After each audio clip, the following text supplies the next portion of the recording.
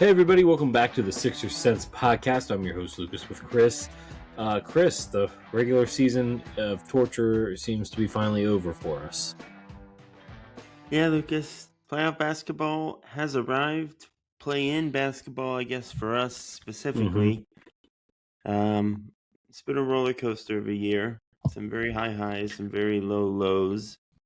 Let's just run through these last couple games real quick, get those out of the way. We had a 105-94 victory in Indiana the other night. 32 in that game for Tyrese, the best he's looked really since that hand injury. Indiana is basically playing like a G League lineup at this point. 17 points for Jarris Walker, 16 for Quentin Jackson, 15 and 13 for Ethan Thompson and Micah Potter, respectively. But, a pretty handy win for the Sixers on the road, all things considered. Yeah. Anything you want to discuss from this game? I mean, first off, solid. I mean, yeah, there's that. I mean, I just don't like the fact that, you say we were playing against the G League roster, but somehow, our guys ended up playing, like, the three top players were 40 minutes VJ, 39 minutes Maxey, and 33 minutes Paul George. So, tell me how that makes sense, right? Yeah. Look, I like Micah Potter, but fringe big man put up 13 and 10 against us. Yeah, that's fair. Obviously, the Joel absence looming large there. This, of course, preceded our last regular season game, Lucas, which was a 126-106 victory at home over the Milwaukee Bucks, starting Cormac Ryan, AJ Green, Jericho Sims, Ousmane Dieng, and Taurean Prince. 22 10 rebounds for Cormac Ryan, 11 8 and 6 for Dieng. On the Sixers side of things, 21 in 27 minutes for Tyrese, 31 minutes, 9 points, 11 assists for VJ Edgecombe, only 21 minutes for Paul George, 23 for Kelly Oubre. So they kind of fixed the minutes thing in this game. 20 off the bench for Grimes and 17 points, 5 made threes in 23 minutes with 4 steals for Justin Edwards, which was nice to see. Yeah. This notably, Lucas, was Doc Rivers' last game coached as a member of the Milwaukee Bucks. They, quote-unquote, mutually decided to part ways after the game.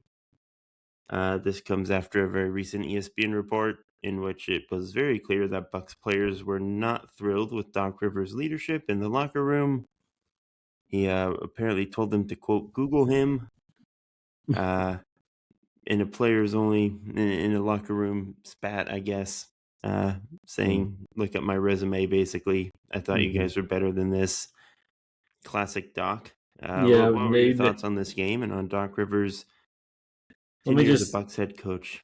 Well, look, I don't think let's go back to the hiring here. Bucks were like 30 and 14 with Adrian Griffin. Didn't seem like the right time to fire him, but they did, and then Doc was below 500 the rest of the time there. When the Bucks were semi-healthy, they were able to get like a 48-win season out of Doc Rivers as the head coach, which is good. But look, Doc was crazy because when I first started watching the NBA over about 20 years ago now, Doc Rivers was one of the young up-and-coming head coaches, and now he's one of the oldest ones. And the disconnect is real. I don't think Doc Rivers did a great job adjusting to the new generations of players. Part of Shams' reports was that, Doc and the front office thought that they had a contending team. They didn't. So that's that. I mean, look, and that's a little bit on them, like the front office, and Doc's unrealistic expectations. Doc's still going to be a Hall of Fame coach. Let's be clear. He's won a lot.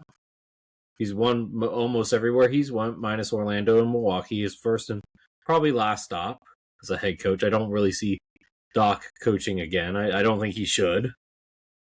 I think this is a nice little bon voyage, a little bit of see you later adios for Doc in terms of coaching. Probably better as a front office, or probably even better as a media person at this point. Just pop up on Bill Simmons' podcast occasionally, Doc. That's pretty much your best gig moving forward. Going to the game now. Look, I was not expecting the Sixers to give up a double-double against a guy whose name is Cormac. Ryan Cormac is like that is wow. That is, I don't even know how to make like, I've seen some weird names before, but that is up there. Look, good game for the Sixers in general. I mean, even though VJ didn't have a great night shooting, he had 11 assists, 7 rebounds. Still don't feel great about the Sixers going into the play-in. Let's be clear on that one. And I guess, but yeah, no, those are my thoughts. Yeah, Lucas. Not a super meaningful win in terms of what it says about this team, but it did secure the 7th seed. It did. For Philadelphia at the end of the day, which means we will be playing the 8th seeded Orlando Magic in a couple days on Wednesday in the first playing game in the East. Winner gets the 7th seed and faces the Boston Celtics in the first round. How are you feeling about this matchup? I think if we don't win this matchup, we're definitely not going to win the next matchup. Because honestly, we talked about this a few weeks ago. Orlando was our ideal, like, I know they were your ideal team to play in the play-in. They were middle of the pack for me. Or even, I don't, I just, it's tough. But yeah, no, they were the ideal matchup for us here. I know they play us tough sometimes, but look, for some reason they have not figured out the Franz Wagner and Paolo minutes yet. They lost against the Boston Celtics team on the same night, a team that was not playing any of their starters really, and somehow they lost even though the Magic were playing their starters. Granted, Jalen Suggs only played for 7 minutes, but still. I'm not, look, like, the cynic in me just wants it to all blow up, and so that we can get rid of Nick Nurse and Daryl Morey, have a fresh slate.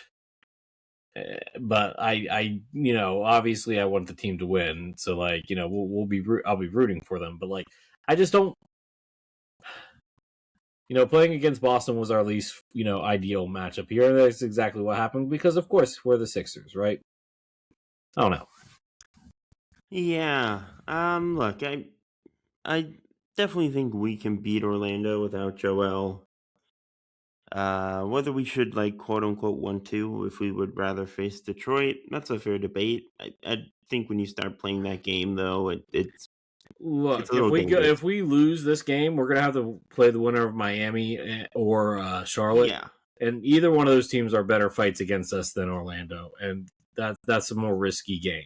Yeah, I tend to agree. Orlando is about as healthy as they've been all year. Paolo has been playing better over the second half. I think without Joel, their kind of size and physicality and rebounding is going to pose some real issues for us. I mean, even with Joel, the rebounding was going to be an issue. Yeah. And I think offensively, Orlando is probably the weakest team in the East field right now. Oh yeah, that's where the advantage is for Philly. Is we still have Tyrese, we still have Paul George, Paul has looked very good since returning. Maxi's been a bit hit or miss with the thumb thing, and the shot doesn't quite look right, but he's still Tyrese. You still have VJ and Quentin. You have guys who can get shots up and get hot at the right time. So there's a world in which Philly just outshoots Orlando, and this is a win at home. You have a good home crowd, obviously. This is a very winnable game still. I do not have any confidence in beating the Celtics, whether Embiid's back for game 1 or game never. And like, he's probably not going to be back in that series if we're being realistic. So what a win gets us is probably just a pretty depressing 4 or 5 game stretch against the team we don't like. yeah, that sounds about right. But I think the Sixers can win this. I feel like the air has kind of left the balloon at this point. I'm not very confident that we are going to win this game, though Orlando, like you said, just lost the game it, in theory, wanted and needed to win. If they won that game, they would be the 7th seed, and then they would have a home game. Yeah. Yeah, Orlando is not a very stable team by any stretch. So, no. You want to make some predictions here, Lucas? Sure.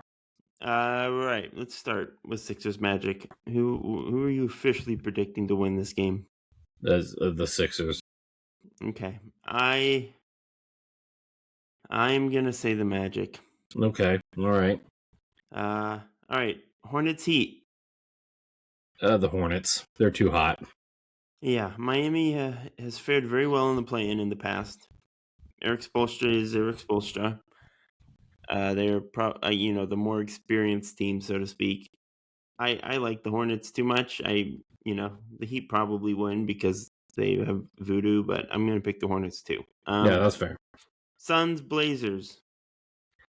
Is everybody healthy on the Suns? Like, will they have Jalen Green and Devin Booker back? Because I know that they were out.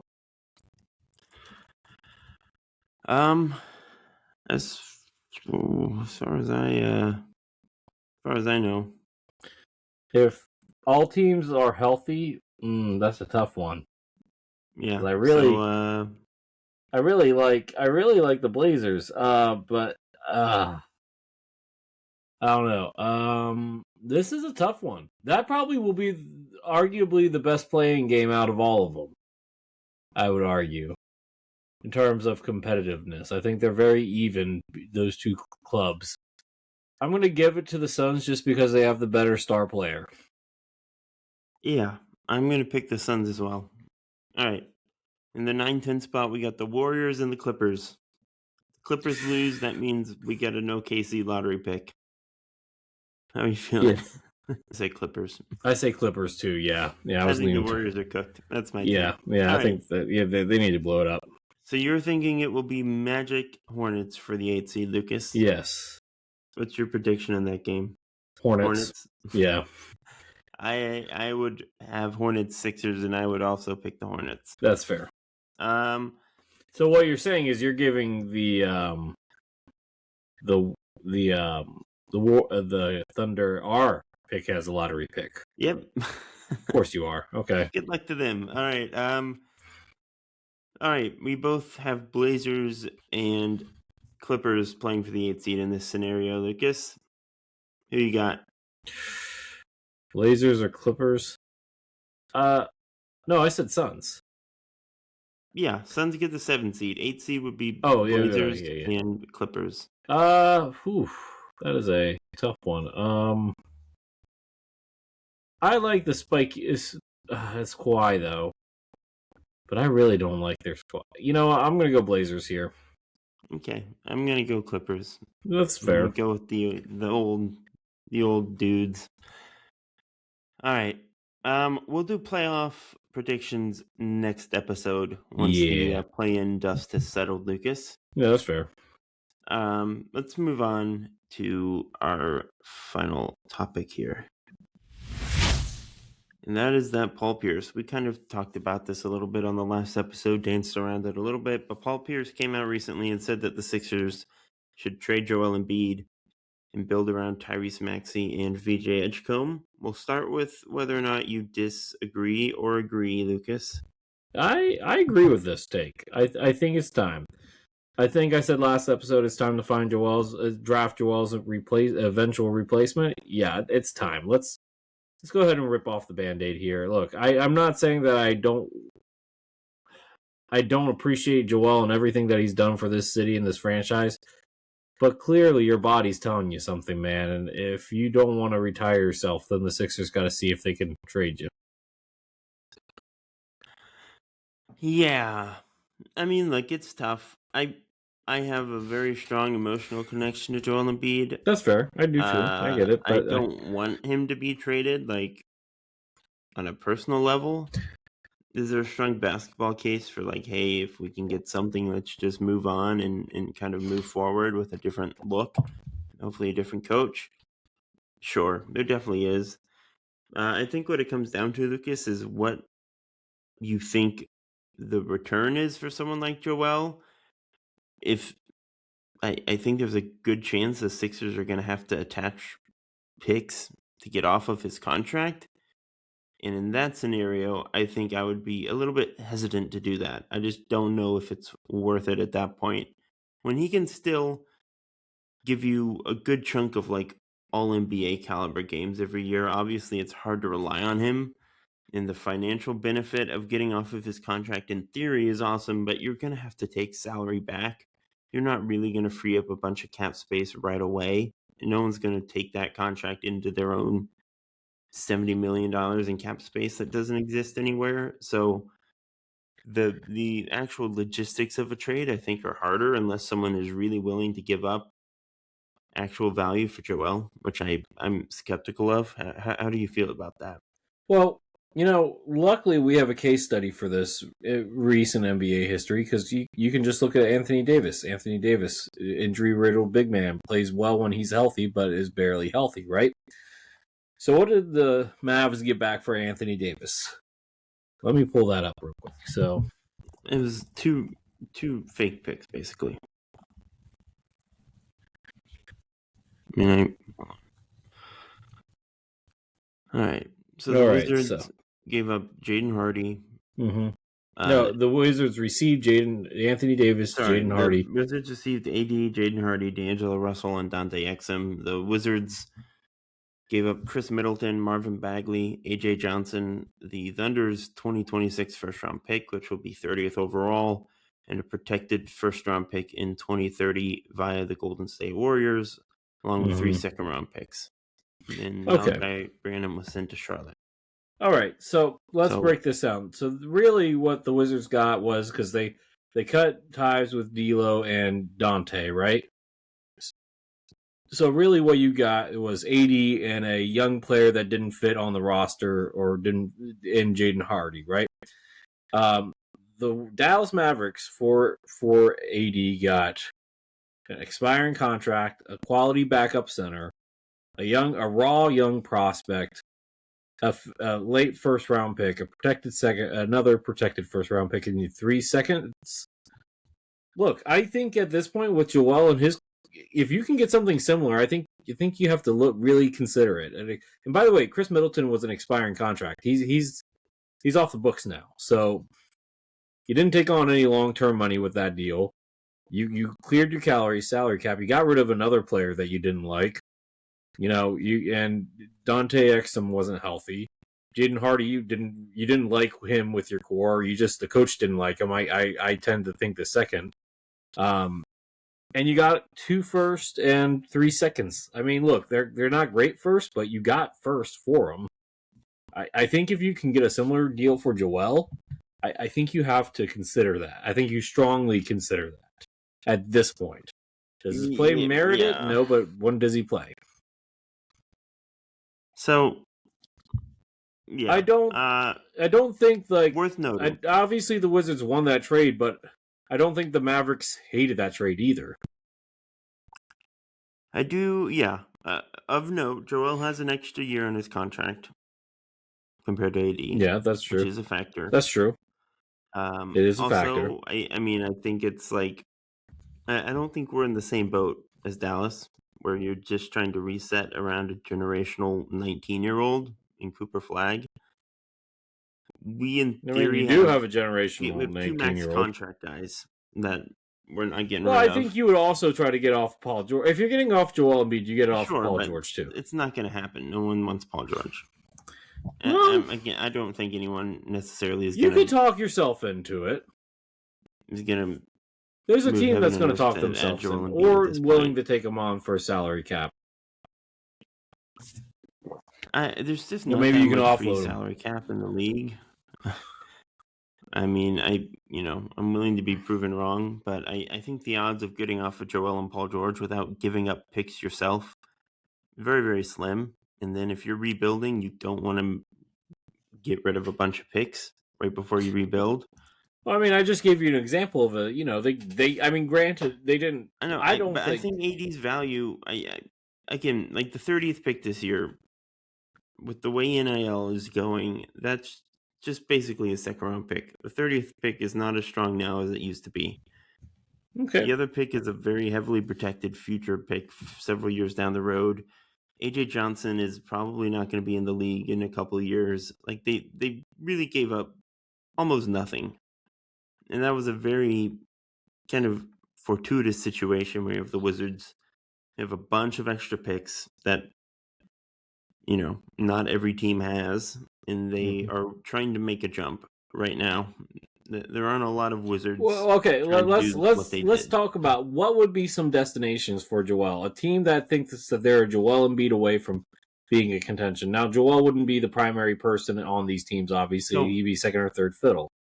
I don't know if Washington is like trying to win the championship. Well, next I'm year not either, talking about a Washington. I'm talking about let's think about contenders. Let's think about teams that could possibly pull this off. Let's Well, I don't think because any contenders are going to do this, Lucas. It's well, no. too. Just hear me out. I think any team that's trying to get Giannis, if they hear Joel's available and they miss out on Giannis, they're going to call about Joel. I don't think any established contender wants to take on the uncertainty Well, inherent to there's Joel. uncertainty about Giannis, but they're still taking him. They've seen it take. Giannis is so much more of a certainty than Joel at this point. They're not comparable. I think that there are teams out there that would make sense for Joel if he became available. I mean, look, we are Sixers podcasters. We've seen the Joel thing just unravel every single postseason for more than half a decade now. Like, what true contender that already has maybe not a contender, but a team that's in the hunt? Okay, I'm thinking teams like maybe Minnesota, or if they want to upgrade from Rudy. Maybe they want to, or maybe you go to Phoenix. They need a real center, right? They don't have a real center right now. Maybe Miami, if Miami misses out on Giannis, right? Maybe New York. Phoenix just got off of Durant and Beal because they wanted to get younger and more flexible and not have that sort of dead salary cap weighing down their books. I'm just saying, I think that Gobert is so much more dependable and consistent and impactful for Minnesota than Joel has been for Philly the past few years, just by virtue of availability. Like, Gobert is kind of an Iron Man. Like, he's very good and he's available and he's very consistent, even if he's not doing super flashy things. He's the anchor of a good defense every year. I just don't know if those teams are going to take the risk. And like, Washington is doing this because I think AD and Trey complement their young guys very well and can help those young guys come along and kind of bridge the gap. I don't know what team Joel does that for, because again, it's just too volatile and unreliable, and there aren't a lot of teams in Washington's specific scenario. I don't know. So, we'll see. The bottom of the East, Pacers aren't going to do it. Nets aren't going to do it. Bulls aren't going to do it. I doubt. Sacramento is trying to hit the reset button. Utah, I'll believe that when their ownership sells. Memphis isn't going to go for Joel Embiid. New Orleans, they don't want Joel and Zion, I imagine. No, probably not. So, like, I think it's easier said than done to be like, we're going to trade Joel. Well, I guess we're just going to agree to disagree on this one. I think there would be suitors out for him. I forget who, but I don't know. I think that there's a chance. I don't know. I guess we'll see. I really still it would break my heart. But all right, Lucas, let's go around the NBA. Anything you would like to talk about on this postseason day? Well, that is a good question. Let me pull up ESPN first. I always go there whenever I want to come up with ideas here. So let's see here. Playoffs. Talking about playoffs? All right, let's see here. So let's see here. Can LeBron James carry the Lakers through a first-round matchup against the Rockets? I say no way, Jose. Yeah, probably not. I mean, I don't particularly trust this Rockets team. I don't either, but I don't think they're going to lose against Luka and Austin Reeves-less Lakers. Yeah, I agree. Of note on Luka, yeah, to Spain, underwent multiple injection treatments in that hamstring. My understanding, according to Shams, is that he'll be back in the States on Tuesday, and they're going to reevaluate him. So doesn't seem like Luke is going to be back for game 1 at least. He could return at some point in that series and tough it out, but I doubt he'd be at full strength. Those hamstring injuries can be kind of tricky. Seems like Austin Reeves is basically done for the year. Yeah, I think Houston's the favorite in that series, no doubt. Yeah. It is LeBron. LeBron still does a fair amount of LeBron things, so I don't want to count him out. Could be a good time for like a one last shining moment for him, but you're probably right that Houston is in the driver's seat there. Yeah, I suspect so. You know what? I don't have too much. This might just be a short episode, unless you had something. I'm gonna do one lottery sim for the road now that the season's done. All right, sure. You hear it? Yeah, sure. First overall pick. You're not gonna show the sim. What do you mean show it? You can share your screen. I'm not gonna. It's too much, too complicated. I'm not tech savvy enough. First overall pick, Utah Jazz. Second overall pick, Charlotte Hornets. Third overall pick, Memphis Grizzlies. Fourth overall pick, Golden State Warriors. Oh, because they're still in the play-in. I got you. Okay, Golden State 4. Yes, Golden State better not get 4. I'm sorry. I need them to be bad a little bit after the whole entire Steph Curry thing. I don't think the fourth pick is going to make them automatically awesome. But yeah. I heard Acuff is Washington to 5. What? Sorry, I heard Acuff is pushing for now. He's not. No, those teams are stupid. But you don't like Acuff? I like him. He's not. If you take him over Caleb Williams, I think you are making a grave error. Washington at 5, Clippers at 6 via the Pacers, Brooklyn at 7, Sacramento at 8. This is just terrible luck for teams 5 through 8. Atlanta at 9 via the Pelicans, Dallas at 10, Chicago 11, Milwaukee 12, OKC 13 via the Clippers, and Miami at 14. Oh, okay. Charlotte jumps 12 spots to number 2. Like they need it. Takes Darren Peterson or Cam Boozer. So good for them. Probably Cam Boozer. Yeah, I hope so. That's what they should do. I don't know if it's what they would do, but Cam Boozer makes more sense for their roster right now. I agree, but a lot of people think Peterson's better for whatever reason. All right, Lucas. All right, I'm good. Good stuff. We will be back soon to talk about the real playoffs. We'll see what happens with Philly on or draft stuff, depending on what happens, right? Yeah. Or the firing of everybody related to the Sixers. I'm always ready for draft stuff. We'll work it in come hell or high water. All right. As always, everyone, thank you for tuning in to another episode of the Sixer Sense podcast. Like, subscribe, follow along if you can. We are on Twitter at Sixer Sense. We are on TikTok at The Sixer Sense. We are on Apple Podcasts, Spotify, and YouTube. I'm at Kline NBA on Twitter. He's at Coach J_20. And until next time, go Sixers. Peace out. Raise hell. Not raise hell. Sorry, wrong podcast. That's a blooper. Deuces, guys.